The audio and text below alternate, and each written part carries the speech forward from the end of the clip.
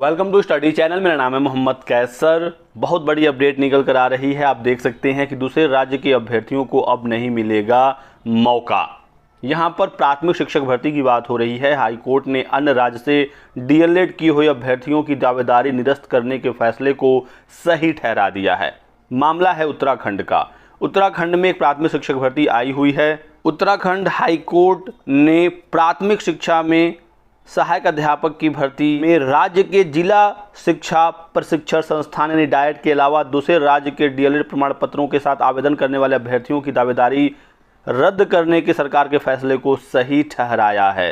इससे जो अन्य राज्य के अभ्यर्थी हैं जिन्होंने उत्तराखंड में आवेदन किया था प्राथमिक शिक्षक भर्ती के पद पर, उनको तगड़ा झटका लगा है। कोर्ट ने इससे संबंधित जो याचिका थी उसे खारिज कर दी है। याचिका पर शुक्रवार को न्यायमूर्ति पंकज पुरोहित की एकल पीठ में सुनवाई हुई और यह निर्णय दिया गया। याचिकाकर्ता सोनम ने सहायक अध्यापक प्राथमिक शिक्षा के लिए आवेदन करते हुए उत्तर प्रदेश के प्रयागराज से डीएलएड पाठ्यक्रम कंप्लीट किया था और यही अपना प्रमाण पत्र वहां पर सबमिट किया था। इससे उत्तराखंड के प्राथमिक शिक्षा विभाग ने रद्द करते हुए कहा कि सहायक अध्यापक प्राथमिक शिक्षा के लिए वे अभ्यर्थी ही एलिजिबल होंगे जिन्होंने उत्तराखंड के डाइट से डीएलएड कोर्स किया होगा। प्राथमिक शिक्षा ने यूपी की अभ्यर्थी का आवेदन रद्द करते हुए यह अवगत कराया था कि यह शर्त शिक्षकों की भर्ती संबंधी विज्ञप्ति में पहले ही लिखी हुई थी और इसी आधार पर उत्तराखंड हाई कोर्ट की एकल पीठ ने यूपी की याचिका को खारिज कर दिया। यानी कि उत्तराखंड हाई कोर्ट ने सीधे जो नोटिफिकेशन में शर्त था उसके आधार पर अपना फैसला दिया कि नोटिफिकेशन में जब ये मेंशन था कि जो डीएलएड है वो उत्तराखंड से ही होना चाहिए, तो फिर यूपी का डीएलएड यहाँ पर एलिजिबल नहीं होगा और यूपी की जो एक याचिका गई थी सोनम जी की, उसे रद्द कर दिया गया है।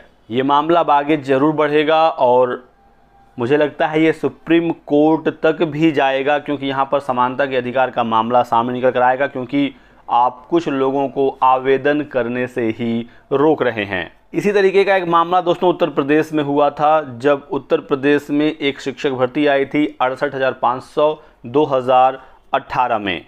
नोटिफिकेशन में ये शर्त था कि 5 वर्ष का आप यूपी के निवासी होंगे तो ही आप 68,500 शिक्षक भर्ती में एलिजिबल होंगे। लेकिन बहुत सारे अदर स्टेट के छात्रों ने भी फॉर्म भरा उत्तर प्रदेश में, परीक्षा को वो पास भी किए, लेकिन जब काउंसलिंग में हो गए तो वहाँ पर उन्हें रोक दिया गया, क्योंकि नोटिफिकेशन में ये शर्त थी कि आप यूपी के 5 वर्ष के निवासी होने चाहिए।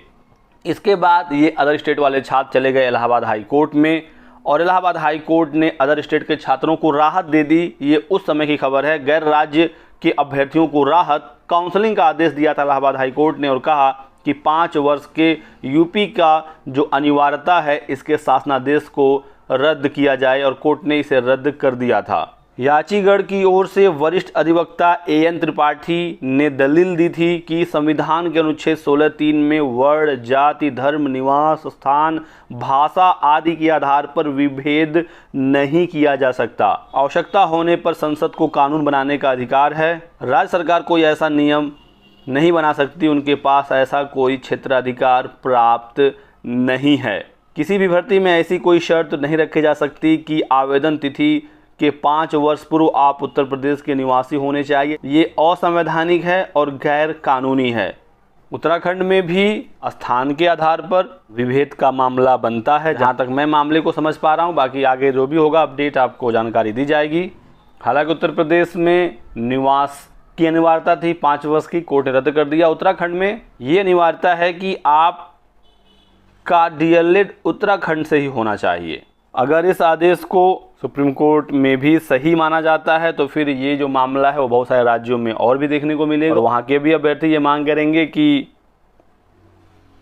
ऐसा ही नियम वहाँ पर भी बनाया जाए, जिससे कि अदर स्टेट के छात्र वहाँ पर नौकरी ना कर पाएँ, आवेदन ही ना कर पाएँ। तो यही कुछ जानकारी आपको देनी थी। वीडियो को लाइक कर दीजिएगा, चैनल को सब्सक्राइब कर लें और हमारे साथ बने रहें। Thanks for watching.